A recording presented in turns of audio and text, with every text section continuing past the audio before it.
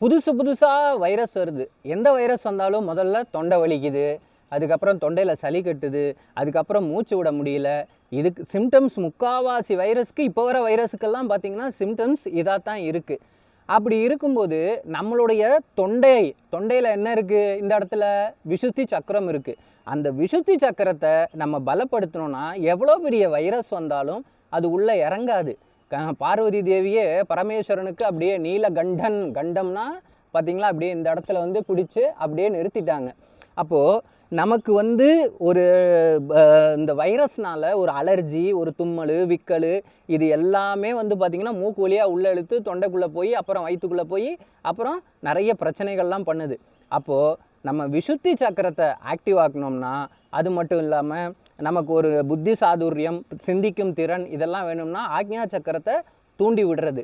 இதுக்கெல்லாம் வந்து பார்த்திங்கன்னா நம்ம வந்து ப்ராப்பராக 7 சக்கரங்கள் பண்ணக்கூடிய யோகங்கள் இருக்குது. எத்தனையோ யோகங்களில் ப்ராப்பராக பண்ணி அப்படியே போகக்கூடிய விஷயங்கள் எத்தனையோ இருக்குது. ஆனால் இன்றைக்கி நான் வந்து ரொம்ப சிம்பிளாகவே உங்களுக்கு சொல்லித்தரேன்.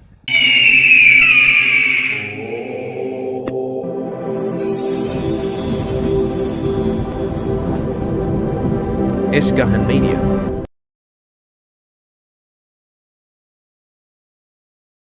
விசுத்தி சக்கரத்தை எப்படி தூண்டுறது, ஆக்ஞா சக்கரத்தை அதாவது இந்த பீனியல் கிளாண்டை எப்படி தூண்டி விடுறதுங்கிறத வந்து நான் ரொம்ப சிம்பிளாக உங்களுக்கு சொல்லித்தரேன்.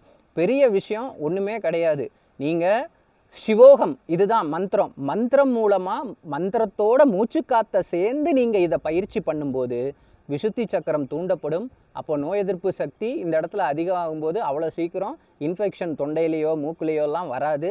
அதுக்கடுத்து என்ன அப்படின்னு பார்த்தீங்கன்னா, ஆக்ஞா சக்கரம் அப்படிங்கிறத நம்ம தூண்டுறதுனால நமக்கு ஒரு சிந்திக்கும் திறன், புத்திசாலித்தனம் இதெல்லாமே நம்மளுக்கு கிடைக்கும். இதை நம்ம சிவோகம், நான் எல்லா பதிவுலையும் பார்த்தீங்கன்னா சிவோகம்னு நான் சொல்லுவேன்.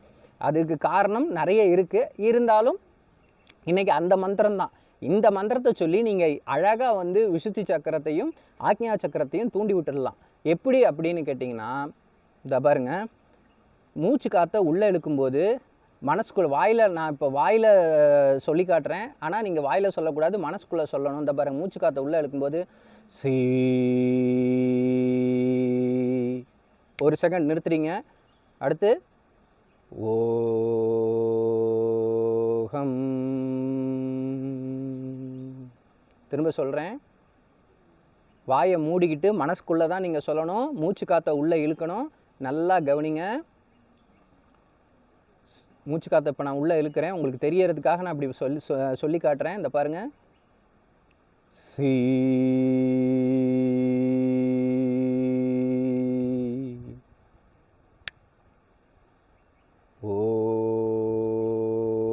ஓஹம். இப்படி ஒவ்வொரு மூச்சும் நீங்கள் வந்து விட்டு எடுக்கும்போது இப்படி மூச்சை இப்படி விட்டுறீங்க, விட்டோன்னே உடனே டப்புன்னு எடுக்கக்கூடாது. அதுக்கப்புறம் திரும்ப நார்மல் ப்ரீத்து வெளியில் போயிட்டு வரும். அதுக்கு ஒரு செகண்ட் அப்படி டைம் கொடுத்துட்டு அதுக்கப்புறம் திரும்ப சீ, ஓஹம், இப்படி நீங்கள் இதை பண்ணிட்டு வரணும். இது எப்படின்னா 108 தடவை பண்ணணும். விசுத்தி சக்கரத்தையும் ஆக்ஞா சக்கரத்தையும் தூண்டுறதுக்கு நீங்கள் டெய்லி காலையிலையோ இல்லை சாயங்காலமோ வெறும் வயிற்றில் இருக்கும்போது இந்த சக்கரங்களை தூண்டுறதுக்கு இதை வந்து 108 தடவை இந்த மூச்சு பயிற்சியை ஒரு நாளைக்கு வச்சு 48 நாள் நீங்கள் பண்ணும்போது அற்புதமான மாற்றங்களை உங்களால் உணர முடியும். ஏன் குரு அப்படின்னு சொல்கிறோம் நான் இல்லை, எல்லாருமே ஏன் சொல்கிறாங்க அப்படின்னா, ஒரு நல்ல குருவானவர் தீட்சை அப்படின்னா அவங்க வந்து பல லட்சம் மந்திரங்கள் ஜபம் பண்ணியிருப்பாங்க, பல சாதனாக்கள் பண்ணியிருப்பாங்க, பல யோகங்கள் கற்றுருப்பாங்க. அப்போது அவங்க தீட்சை அப்படிங்கிறதுங்கிறப்போ ஒருத்தனுக்கு குண்டலினி சக்கரமாக இருக்கட்டும், இல்லை உடம்புல வந்து ஒரு இயற்கை ஆற்றலை, ஆன்மீக ஆற்றலை கொடுக்குறதா இருக்கட்டும், ஒரு சில பேர் இப்படி கட்டவரல் மூலமாக தொடுதல் உணர்வு மூலமாக தன்னுடைய ஆற்றலை வந்து பார்த்திங்கன்னா தன்னுடைய சிஷ்யர்களுக்கு கொடுப்பாங்க. அடுத்து என்னன்னு பார்த்தீங்கன்னா, தன் வாயில் இருக்கக்கூடிய ஆன்ம சக்தி, வரக்கூடிய வார்த்தைகள் ஆன்ம சக்தி. அப்போது அந்த ஆன்மசக்தி மூலமாக இப்போ மந்திர உபதேசம், அப்போது அந்த ஒரு குரு வந்து மந்திர உபதேசம் கொடுக்குறாருன்னா அவர் லட்சக்கணக்கில் ஜபம் பண்ணியிருப்பாங்க. அப்போது அந்த மாதிரி லட்சக்கணக்கில் ஜெபம் பண்ணவங்ககிட்ட இருந்து வாங்கி நம்ம ஜெபம் பண்ணும்போது அவங்கள டைரெக்டாக அவங்கக்கிட்ட இருந்து வாங்கினாலும் சரி, இல்லை மானசீக குருவாக நம்ம ஏற்றுக்கிட்டாலும் சரி, அவங்க அவ்வளோ ஜெபம் பண்ணியிருக்கணும். அவங்க பண்ணியிருந்தாங்கன்னா நம்ம இந்த தியானங்கள் பண்ணும்போது அவங்கள காப்பாற்றக்கூடிய அந்த இறைவனின் அற்புத ஆற்றல் நம்ம குரு பிளெஸிங்ஸ் மூலமாக யார் பண்ணுறாங்களோ அவங்களையும் தடபடாமல் காப்பாற்றி அங்கே கொண்டு போகும். அப்போது எத்தனையோ விஷயங்கள் நம்ம கற்றுக்க வேண்டியது இருக்குது. தெரிஞ்சது அதை என்ன சொல்கிறது, கற்றது கையளவு, கல்லாதது உலகளவு. அப்போது என்றைக்குமே உங்களுக்கு ஒரு சின்ன சின்ன வித்தைகள் கற்றுக் கொடுத்த குருவை கூட மறக்காதீங்க. எந்த ஒரு முயற்சி பண்ணாலும், நீங்கள் எந்த கலையை கற்றுட்ட குருவாக இருந்தாலும் அவங்களுக்கு ஒரு மானசீக வணக்கத்தை மனசார சொல்லிவிட்டு நீங்கள் பண்ணுங்கள். கண்டிப்பாக உங்கள் பயிற்சி வெற்றி அடையும். 3வது எச்சரிக்கை நான் கொடுக்குறேன். இப்படி தான் சேலம் கொங்கு மண்டலத்தில் போன வருஷம் பார்த்தீங்கன்னா கோயம்புத்தூர் அங்கே பயங்கரமாக வெள்ளம் வரப்போகுது. அதுக்கப்புறம் பார்த்தீங்கன்னா தாராபுரம் இந்த பக்கம்லாம் வெள்ளம் வரும் அப்படின்னு சொல்லி பதிவு போட்டப்போ கமெண்டில் பார்த்தீங்கன்னா என்னென்ன கெட்ட வார்த்தை. அப்பப்பா பரவாயில்ல, திட்டிட்டு போட்டு என் கர்மா ஃப்ரீயாக கழியுது. இது நான் எதுக்காக சொல்கிறேன் அப்படிங்கிறது உங்களுக்கு தெரியும். ஏன்னா மக்கள் சேவை மகேசன் சேவை. அப்படி எப்படி நீங்கள் சொல்கிறீங்க, அடிச்சு விட்றீங்க, நீங்கள் ப்ரெடிக்ட் பண்ணுறதெல்லாம் அப்படி நடந்துருமா?